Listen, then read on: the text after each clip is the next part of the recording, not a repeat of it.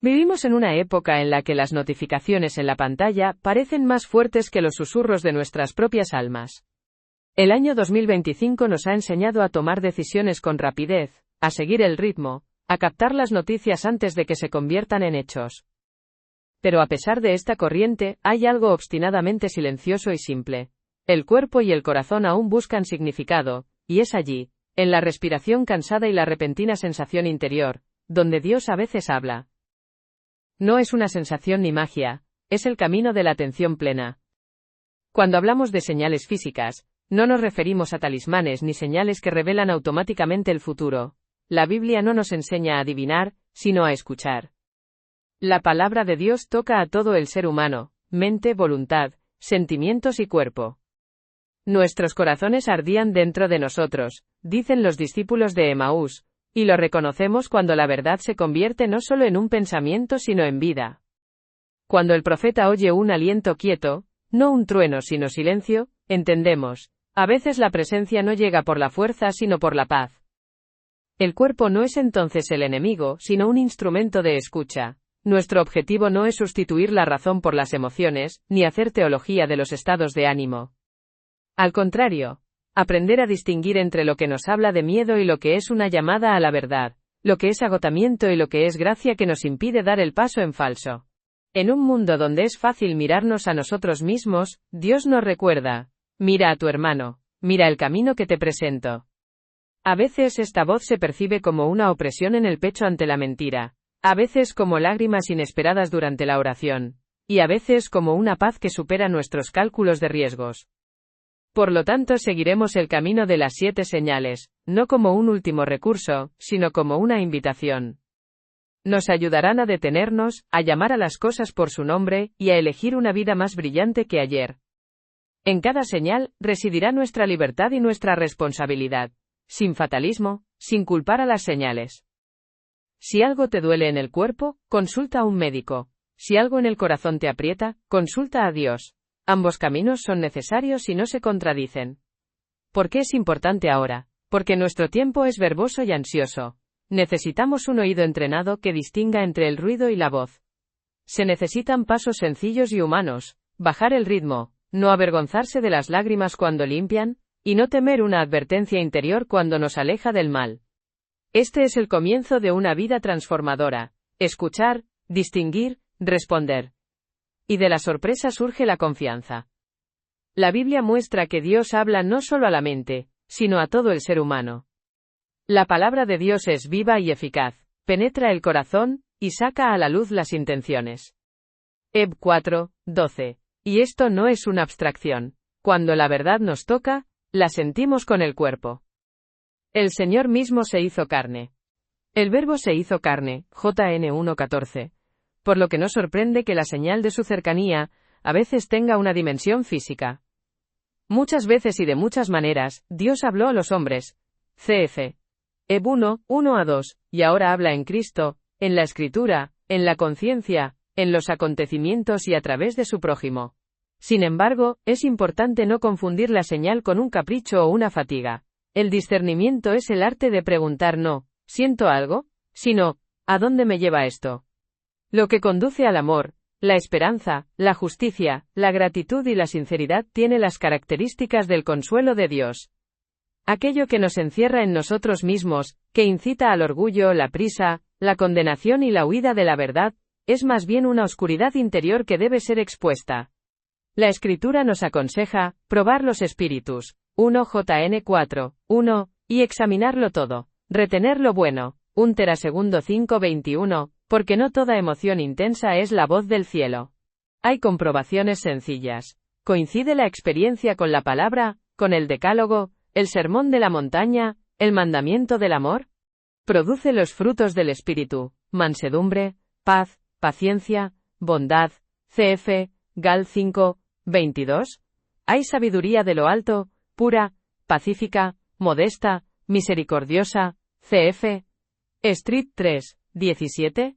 Si la inspiración justifica el insulto, la manipulación, la mentira o el orgullo espiritual, no proviene del Señor, por muy convincente que suene el sentimiento. El cuerpo es un testigo hermoso pero ambiguo. No solo indica gracia, sino también exceso de trabajo, estrés y falta de sueño. Por lo tanto, la regla de la doble escucha es útil. Escucha a Dios y escucha a tu cuerpo con responsabilidad.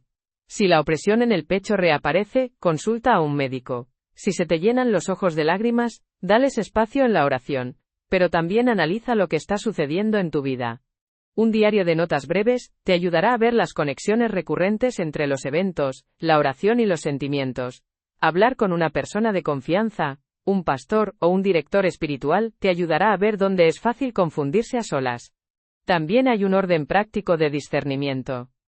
Detente un momento, respira hondo, expresa en voz alta lo que sientes y pregúntate, ¿a qué me inclina esto? ¿Al amor y la verdad o al escape y la justificación? Luego, consulta la palabra. ¿Es compatible con la misericordia, la pureza de corazón y la pacificación que el Señor bendice? Observa los frutos después de un día. ¿Ha habido más honestidad, responsabilidad y paz interior? Si el impulso te impulsa a aislarte, a ocultar un delito, a humillarte, a violar una palabra dada, esto es una señal de alerta. Si te impulsa a pedir perdón, a saldar una deuda, a proteger al más débil, a corregir un error, y hay paz, vale la pena responder con acción. La Escritura nos da pautas para la escucha corporal y espiritual. David ora, examíname, oh Dios, y conoce mi corazón. Salmo 139. Enseñándonos a confiar más en la mirada de Dios que en nuestros propios engaños. Elías no encuentra a Dios en la tormenta y el fuego, sino en el aliento apacible y suave. 1 Reyes 19. Se trata de ese silencio que calma la respiración y aquieta la conmoción. Los discípulos de Emaús confiesan, ¿no ardía nuestro corazón dentro de nosotros? Lucas 24. Así es como reconocemos la verdad que nos da vida. El apóstol nos recuerda, la paz de Dios que sobrepasa todo entendimiento. Fil 4, 7. Y esta paz a veces se siente incluso en el cuerpo. Y también, presenten sus cuerpos como sacrificio vivo, y renuévense en el espíritu de su mente. Cf.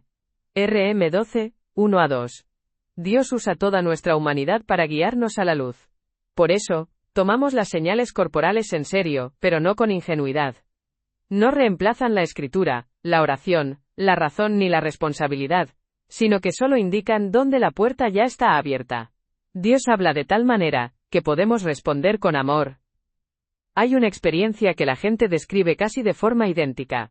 Como si una piedra se hubiera asentado en su interior, la respiración se volvió más pesada y el pensamiento, obstinado y simple, ya no puedo más. Esta carga no siempre se trata del miedo al futuro ni del exceso de trabajo. A veces es una conciencia que cobra vida al contacto con la verdad. La Biblia habla de un corazón endurecido y de la promesa. Quitaré el corazón de piedra, y les daré un corazón de carne. Ezequiel 36:26. Por lo tanto, no se sorprendan cuando la verdad no comience con una alegría leve, sino con un peso que exige un alto. Hay misericordia en esto. Dios no nos humilla, sino que muestra la grieta por la que las mentiras ya se están agrietando. La carga en el corazón a menudo viene después de pequeñas concesiones, una disculpa tácita, la devolución inoportuna de una deuda, una oración deliberadamente descuidada, la ira que hemos alimentado. Cuando la palabra toca una verdad dolorosa, no condena, sino que ilumina la salida. Levantémonos, vámonos de aquí. Y de la oscuridad, siempre hay un camino. ¿Cómo distinguir la carga espiritual de la ansiedad? Pregúntate a dónde conduce. Si el pensamiento gira solo en torno a la propia imperfección, se te cierra la garganta y quieres huir de la gente y de Dios, es como una niebla que roba la esperanza. Si la carga al mismo tiempo muestra un paso concreto, llamar, confesar, enmendar, volver a la oración, esta es la palabra que discierne los pensamientos y las intenciones del corazón. Heb 4, 12. Desde esta perspectiva, la vergüenza no humilla, sino que guía. En la práctica, parece sencillo. Detente y menciona lo que realmente importa. La palabra que ofendí, o con acento agudo. El engaño que destruyó la confianza. La indiferencia que se convirtió en dolor ajeno. Dilo en oración, breve y sinceramente, sin excusas, sin explicaciones innecesarias. Si puedes, anota y marca qué paso sigue hoy. Una disculpa, una reunión, la devolución del objeto, una carta transparente. La paz, aunque no instantánea, llega donde la verdad se encuentra con la acción. Recuerda también los límites del cuerpo. Una opresión en el pecho puede ser el lenguaje del corazón, o quizás una señal de salud. No descuides la ayuda de un médico. Dios no juega con nosotros. En lo espiritual, Él abre el camino en la luz, no en el caos. Si después del descanso, la conversación sincera y la oración, la carga disminuye y el interior se aclara, has escuchado. Si la oscuridad y la desesperanza persisten, busca apoyo. No te quedes solo.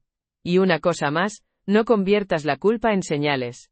Una piedra en el corazón no es un castigo, sino una invitación a crecer en libertad. Si hoy escuchan su voz, no endurezcan su corazón. Salmo 95. Así que la respuesta es necesaria hoy, mientras la palabra es fresca. A veces, un pequeño gesto es más fácil que las grandes explicaciones. Un breve perdóname, una llamada de vuelta, el primer paso hacia la confesión, o un encuentro sincero. La verdad, ama lo concreto. Comprueba sus frutos en 1 o 2 días. ¿Te has vuelto más tranquilo y responsable? ¿Te resulta más fácil respirar? ¿Han desaparecido las excusas y en su lugar, ha surgido un plan? No es magia, sino un hábito. El corazón aprenderá a responder con mayor rapidez cuando vea que su voz no es ignorada. Y en este camino, Dios no aprieta, sino que guía con dulzura, dándote la fuerza para completar lo que has comenzado. La verdad le da peso al corazón, pero este peso libera. Hay lágrimas que brotan silenciosamente y sin necesidad de orden.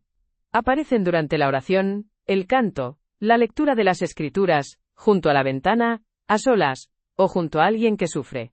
Nadie las obliga a fluir, y sin embargo, brotan como hielo derretido en el corazón. Estas lágrimas no nos humillan, nos devuelven a la verdad sobre nosotros mismos y sobre el Dios cercano. Jesús lloró, JN 11:35. En estas 2 palabras hay tanta dignidad de la ternura humana que la vergüenza ante las lágrimas pierde su significado. La Escritura conoce el poder del llanto. La mujer pecadora regó los pies de Jesús con sus lágrimas, LC 7, y su llanto no es teatral, es el impulso de un corazón que ha reconocido la misericordia. Pedro lloró amargamente, LC 22:62, cuando la verdad se topó con su debilidad. Las lágrimas fueron el comienzo de una nueva fidelidad. Bienaventurados los que lloran, porque ellos recibirán consolación. Mateo 5:4. Es una promesa no de impotencia, sino de consuelo que purifica y fortalece. Donde el llanto no destruye la dignidad, sino que elimina la petrificación, allí obra la gracia. ¿Cómo distinguir entre el llanto lleno de gracia y una oleada de autocompasión? Pregúntate a dónde conduce. Si las lágrimas nos encierran, avivan las llamas del resentimiento y nos impulsan a acusar a otros, no se trata de luz. Pero si tras ellas nace la dulzura, la disposición a pedir perdón, el deseo de ayudar y de ser más honestos al hablar, estas son lágrimas que nos limpian los ojos para que podamos ver la verdad.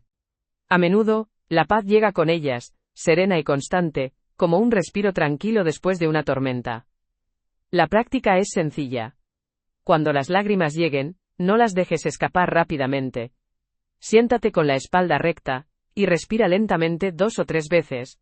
Di brevemente: Señor, ten piedad, gracias por tocarme, muéstrame qué hacer. Nombra por quién o por qué lloras, por la intimidad perdida, por una verdad rota, por alguien que sufre. Escribe una acción para hoy. Discúlpate, visita, dona, llama, renueva la oración.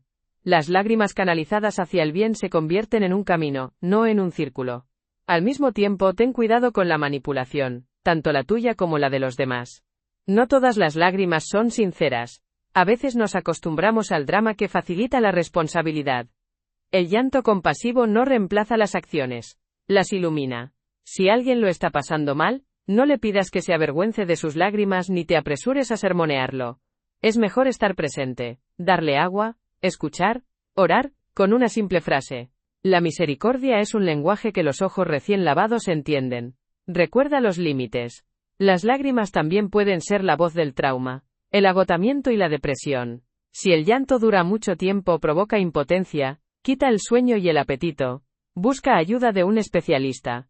La sabiduría de Dios no opone la oración al tratamiento. La gracia no es una competencia con la psique, sino una luz en la que cada recurso se convierte en un don. Examina los frutos del día siguiente. ¿Te resulta más fácil decir la verdad? ¿Has sido más amable con tu prójimo? ¿Ha surgido algún paso que te asustó ayer? Si es así, es señal de que el Señor te ha tocado para que actúes. Si no, vuelve al silencio y pregúntate, ¿de qué tengo miedo? Y de nuevo elige un paso pequeño y concreto. Las lágrimas son agua que ablanda la tierra para que la semilla germine. No les tengas miedo cuando abren el camino del amor. A veces la respuesta no llega con palabras, sino con un sentimiento. Los hombros se relajan, la respiración se estabiliza, en nuestro interior hay un fuego cálido que no quema, sino que calienta suavemente. No se trata de un entumecimiento ni una evasión, sino de una experiencia de orden, cuando el corazón y el cuerpo se alinean con el bien. La Escritura habla de la paz de Dios, que sobrepasa todo entendimiento, Filipenses 4:7, y de la palabra del resucitado. La paz esté con ustedes, JN 20:19. La paz no nos hace perezosos, nos deja claro que la verdad está cerca y que puede cumplirse. ¿Cómo podemos distinguir la paz misericordiosa del autoengaño o la indiferencia cómoda? Observa los frutos. ¿Esta calidez conduce a una mayor responsabilidad, a la gratitud y a la atención al prójimo? Es más fácil reponerse tras ella y dar un paso difícil pero correcto. Si la paz solo nos aquieta, pospone responsabilidades, y justifica evitar conversaciones difíciles, es más un consuelo que una luz. La paz de Cristo no nos quita la cruz del deber, nos da la fuerza para llevarla sin amargura. La práctica puede ser muy sencilla, siéntate erguido, con los hombros relajados. Al inhalar di en tu corazón, Señor Jesús. Al exhalar, ten piedad de mí. De 5 a 7 ciclos de este tipo, y ya podrás oír. Luego, da gracias por 3 cosas específicas hoy: un rostro, un encuentro, un trozo de pan, una carta amable. Observa en qué parte de tu cuerpo ha respondido el calor, en tu pecho, en tu estómago, en tus manos, y pregúntate, ¿a qué me estás llamando? Escribe una acción que corresponda a la paz. Devolver una llamada. Apoyar a alguien. Decir la verdad sin crueldad. La Biblia nos enseña a dejar que la paz reine. Que la paz de Cristo reine en sus corazones. Col 3:15 de la madrugada. Gobernar no significa reprimir las emociones. Significa dejar que la paz tenga la última palabra donde el miedo y la ira se enfrentan. A veces, antes de tomar la decisión correcta, el cuerpo se tensa, por el riesgo y la incertidumbre. Pero con la obediencia llega una paz más profunda. Por lo tanto, no solo pregúntate cómo me siento ahora, sino qué pasó con la paz después de hacer el bien. Recuerda también los límites. La sensación de calidez puede tener causas naturales. Un café, un paseo, una ducha. Esto no disminuye su valor, sino que fomenta la prudencia. La gracia obra con la naturaleza, no en su contra. Si la paz llega tras la reconciliación, una conversación honesta, un deber cumplido, es una buena señal. Si la paz surge al evitar la verdad, replantéate la pregunta, a la luz de las Escrituras y de tu conciencia. Para preservar la paz, implementa pequeñas disciplinas. 1 hora sin pantallas antes de dormir. Un salmo breve por la mañana. Por ejemplo, en paz me acostaré y así también dormiré. Sal. 4 en 8. 10 minutos de silencio cada día. Un paseo en el que menciones a aquellos por quienes estás agradecido. Cuando la paz se asienta en las pequeñas cosas, no desaparece en las grandes tormentas. Y también, comparte la paz de forma concreta. Escucha sin interrupciones, habla con calma, cumple tu palabra. Así es como la calidez del cuerpo se materializa en la calidez de las relaciones.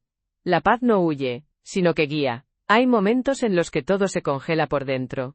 Como si un escalofrío te recorriera la espalda, las manos se apretaran involuntariamente, la voz se apagara. Esto no es necesariamente miedo en el sentido habitual, más bien, es un asombro reverente ante algo superior a nosotros mismos. La Escritura conoce este lenguaje. El temor del Señor es el principio de la sabiduría.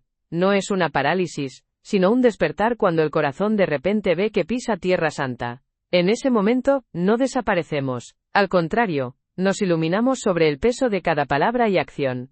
¿Cómo distinguir el asombro de la ansiedad? Observa la dirección. El asombro regresa a la verdad. Detiene un paso frívolo, enfría el impulso del mal, nos abre los ojos a la presencia de Dios y a la dignidad del prójimo. Tras él, aparece la claridad. ¿Qué se debe hacer y qué no se debe tocar? La ansiedad, en cambio, se encierra en sí misma. Nubla los pensamientos, nos obliga a evitar la realidad o a las personas.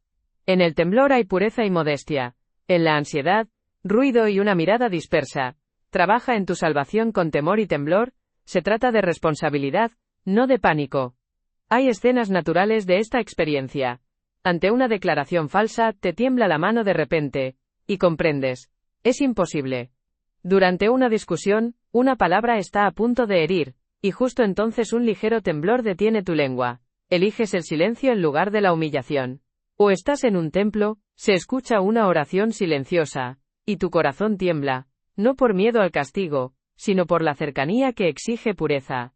El temblor preserva el límite más allá del cual comienza el dolor ajeno.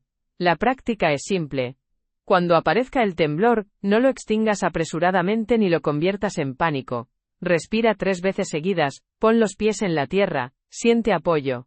Di brevemente: Señor, enséñame a respetar. Di en voz alta lo que vas a hacer y comprueba. ¿Es honesto? ¿Traiciona el amor? ¿Destruye la confianza? Si la respuesta es no, da un paso atrás, pide tiempo, cambia tu intención. El temblor no requiere gestos dramáticos, sino correcciones serias. Cuida tus límites. El temblor también puede ser señal de agotamiento, un ataque de pánico o un recuerdo traumático. Si aparece con frecuencia, sin motivo alguno, acompañado de dificultad para respirar, sudor frío o desesperación, consulta con un médico o terapeuta. Esto no es falta de fe, sino una responsabilidad. La gracia ilumina la naturaleza, no la desdeña. En cambio, el temblor reverente suele estar relacionado con una decisión moral o un sentido de santidad, y deja tras de sí paz y determinación. Para entrenar tu corazón para esa escucha, vale la pena practicar la atención plena. Una breve oración durante el día, antes de una carta, una llamada, una cita, establece el barómetro interno. Un hábito útil es anotar un momento cada noche en el que sentiste temblor y qué decidiste. Así verás el patrón. El temblor suele proteger contra pequeñas mentiras y grandes traiciones. Y una cosa más. Pídele a un ser querido que sea tu testigo de la verdad. A veces, un temblor silencioso, acompañado de una palabra amable, se convierte en una fuerte barrera contra el mal. No idealices el temblor, como si fuera en sí mismo más sagrado que otras señales. Esta es solo una de las maneras en que Dios nos protege de la frivolidad. La verdadera santidad no consiste en temblar a menudo, sino en aprender a no pasarnos de la raya cuando la conciencia nos da una señal. La reverencia no nos hace frágiles, sino atentos, y esta atención nos salva de muchas consecuencias dolorosas. El temor reverencial no es una atadura sino una protección para el corazón. No nos paraliza, sino que nos restringe sabiamente para que podamos entrar en la verdad con pasos sobrios. Hay un momento en que el ruido de la ciudad parece desvanecerse, las horas no corren, y el silencio interior se vuelve tan profundo que se puede oír la propia respiración. No es vacío ni aburrimiento. Más bien, es una presencia transparente donde las palabras innecesarias se desvanecen. La Escritura recuerda ese silencio. Elías no encuentra a Dios en la tormenta y el fuego, sino en el aliento tranquilo y suave, y es entonces cuando comprende el siguiente paso. Jesús se fue a lugares solitarios a orar, como para mostrar que el silencio no es una huida de la gente, sino una forma de volver a ella con amor. ¿Cómo distinguir el silencio bendito de la apatía agotada? Observa lo que genera. El buen silencio aclara la intención, nivela la mirada, retorna a la responsabilidad sin violencia interna. Después, es más fácil decir la verdad sin humillar, más fácil escuchar sin interrumpir. La apatía, en cambio, absorbe la fuerza, enturbia el tiempo y deja un sabor a sinsentido. En el silencio bendito, hay un suave impulso a la vida. En la apatía, hay una reticencia pegajosa a moverse. La práctica de escuchar es sencilla. Cuando llegue el silencio, deja de ser el comentarista. Siéntate derecho, siente el peso de tu cuerpo en la silla, respira lentamente unas cuantas veces. Di en tu corazón: aquí estoy. No te apresures con las peticiones. Primero deja que la luz te mire.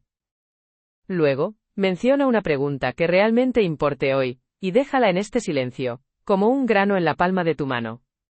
Si un pensamiento breve y claro o una determinación serena surgen en tu corazón, esa es la respuesta que debes poner en práctica. El silencio tiene su propia ética. No permite que la oración se convierta en un monólogo o un acuerdo.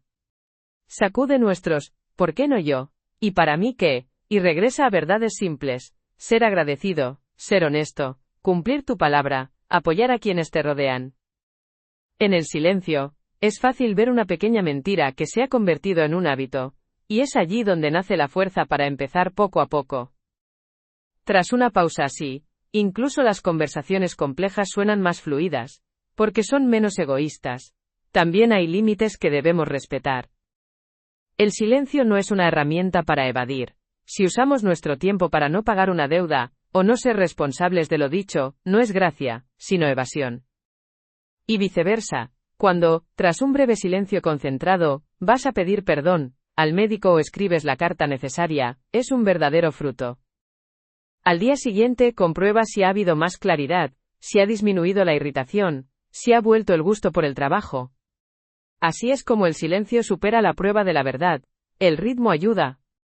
Identifica breves islas durante el día, la mañana frente a las pantallas, la tarde entre reuniones, la noche antes de acostarte. 2 minutos de gratitud silenciosa, un salmo en voz alta, un breve, Señor, enséñame a ser bueno, y el corazón se acostumbra a reconocer en el silencio, no un vacío, sino un espacio de encuentro. A veces es útil sentarse bajo una ventana abierta, contemplar un árbol o la mano de un niño. Todo esto enseña el silencio tanto como un templo.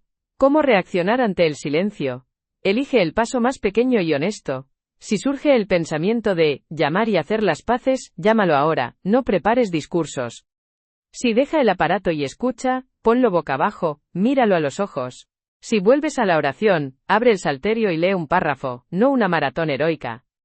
El silencio reconoce la verdad precisamente en los detalles, y por eso su luz no se apaga. El silencio no es un sonido vacío, sino el lenguaje de la cercanía, en el que se aclara qué hacer a continuación. La noche a veces nos despierta sin motivo alguno, nos despertamos con un pensamiento claro, una oración silenciosa, o con el rostro de alguien en el corazón. No todo en la noche es un mensaje, ni todo sueño es una profecía, pero es en la oscuridad donde a veces se oyen los pasos de la luz. La Escritura conoce esta experiencia. El niño Samuel oye su nombre por la noche y aprende a responder, habla Señor que tu siervo escucha. José recibe a María en sueños y luego salva al niño huyendo a Egipto. Los Reyes Magos reciben en sueños la advertencia de no volver con Herodes. Hay otros ejemplos. Mi ser interior me enseña por la noche, dice el salmista como confirmando, las horas de silencio son capaces de desarrollar la conciencia. ¿Cómo distinguir un movimiento nocturno de un juego de la imaginación? En primer lugar, por los frutos. Lo que nos despierta con el pensamiento de la reconciliación, de pagar una deuda, de orar por alguien, de corregir una mentira, es como la luz. Lo que nos lleva al pánico, la sospecha y la autoacusación, sin esperanza ni acción, es más bien una sombra. La palabra de Dios no nos desespera. Nos abre un paso, aunque pequeño, pero real. La noche exige verdad, no pánico. Hay sabiduría práctica para estos despertares. Mantén un cuaderno sencillo y un bolígrafo junto a tu cama. Si te despiertas, no enciendas la pantalla ni hojees los vídeos.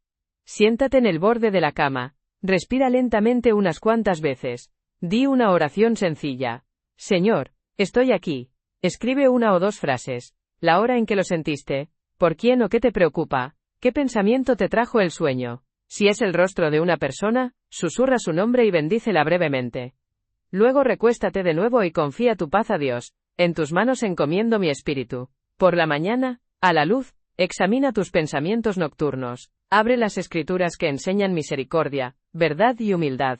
Pregúntate, ¿es lo que sentí coherente con el amor a Dios y al prójimo? ¿No es esto una tentación repentina a un gesto heroico sin responsabilidad? Una regla sabia. La inspiración nocturna no requiere grandes decisiones inmediatas a las 3 de la mañana. Una palabra sincera durará todo el día, el consejo de un amigo y una simple llamada. ¿Trae paz cuando se escucha? A menudo resulta que solo se necesitan 3 cosas. Disculparse, llamar, ayudar. Los sueños son diferentes. Los hay simbólicos. No dictan acciones literales, sino que resaltan la verdad que no queremos ver durante el día. El cansancio, la envidia, el miedo, la devaluación de alguien. No te conviertas en un intérprete de acertijos. Busca una ética simple. ¿Qué exige esto hoy?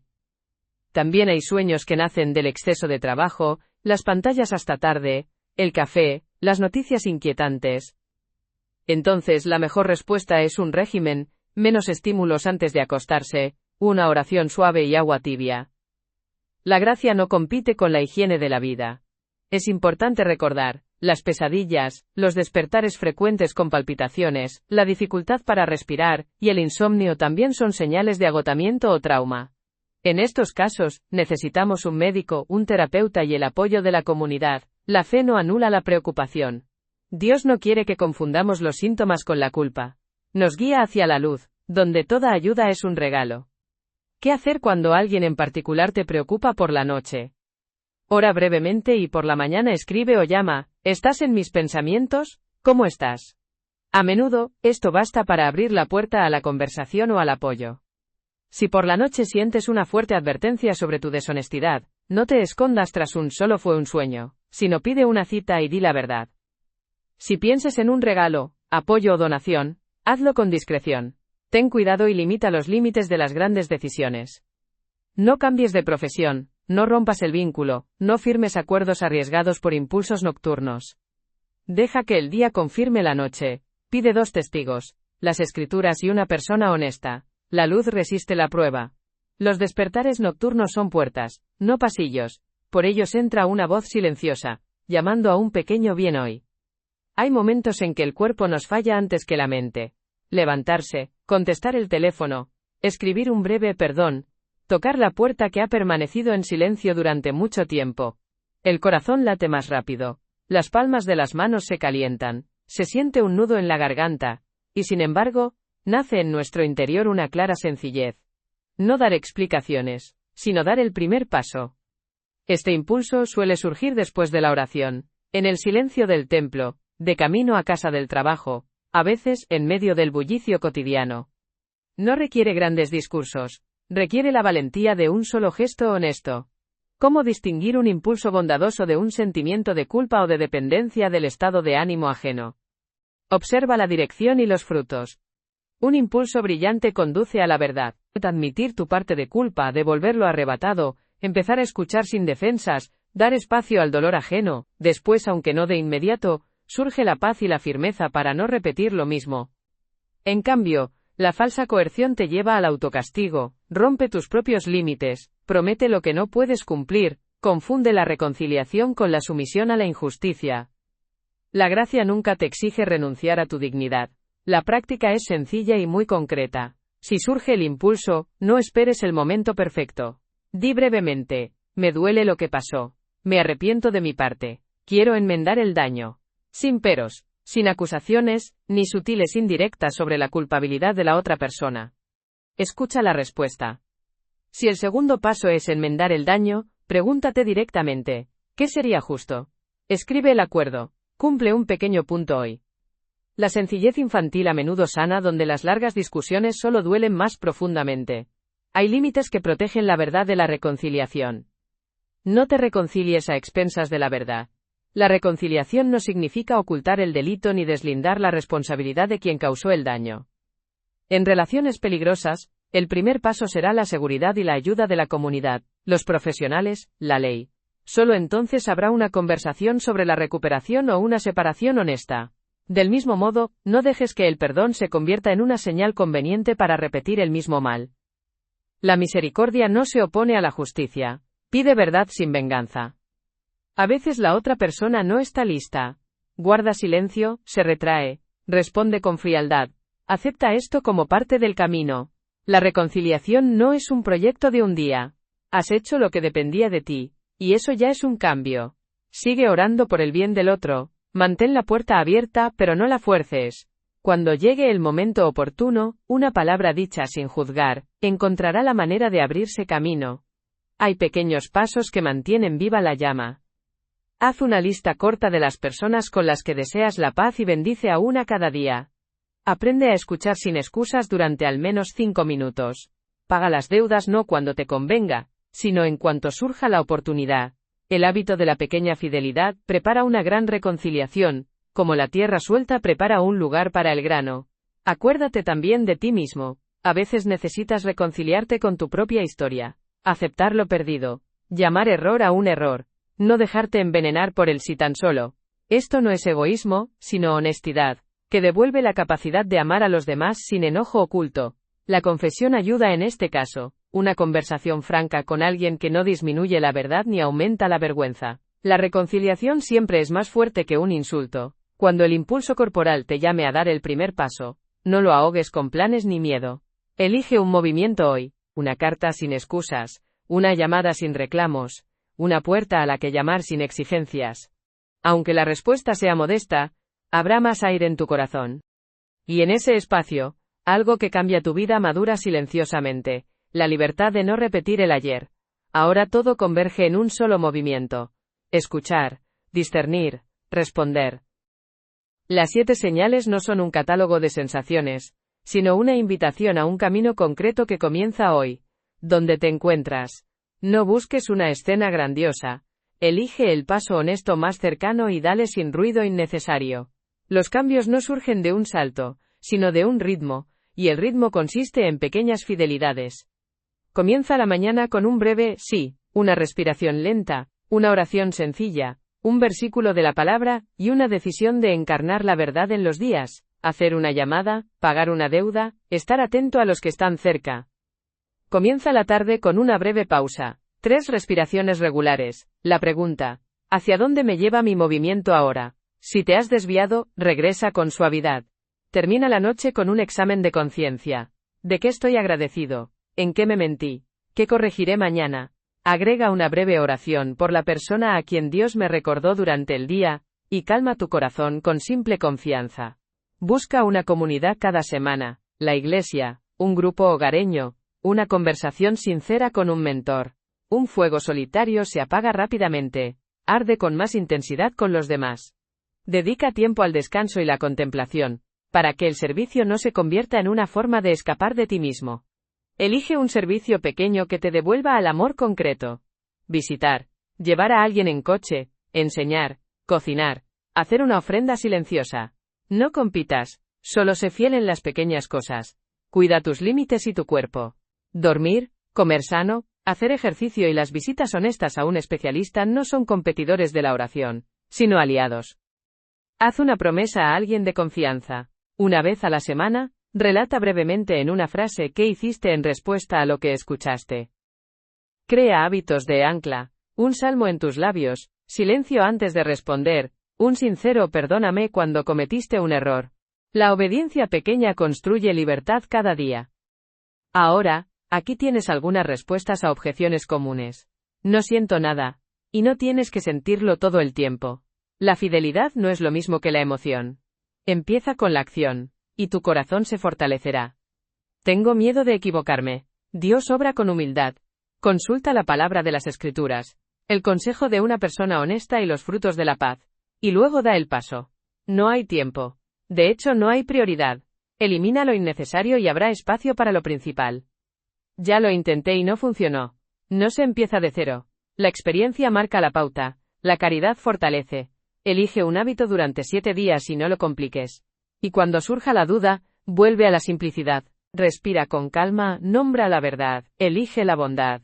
Confía el resultado a Dios. Incluso si das un solo paso hoy, eso ya es un cambio de rumbo. Fechas e historias que aún no están en ningún calendario surgirán de ello.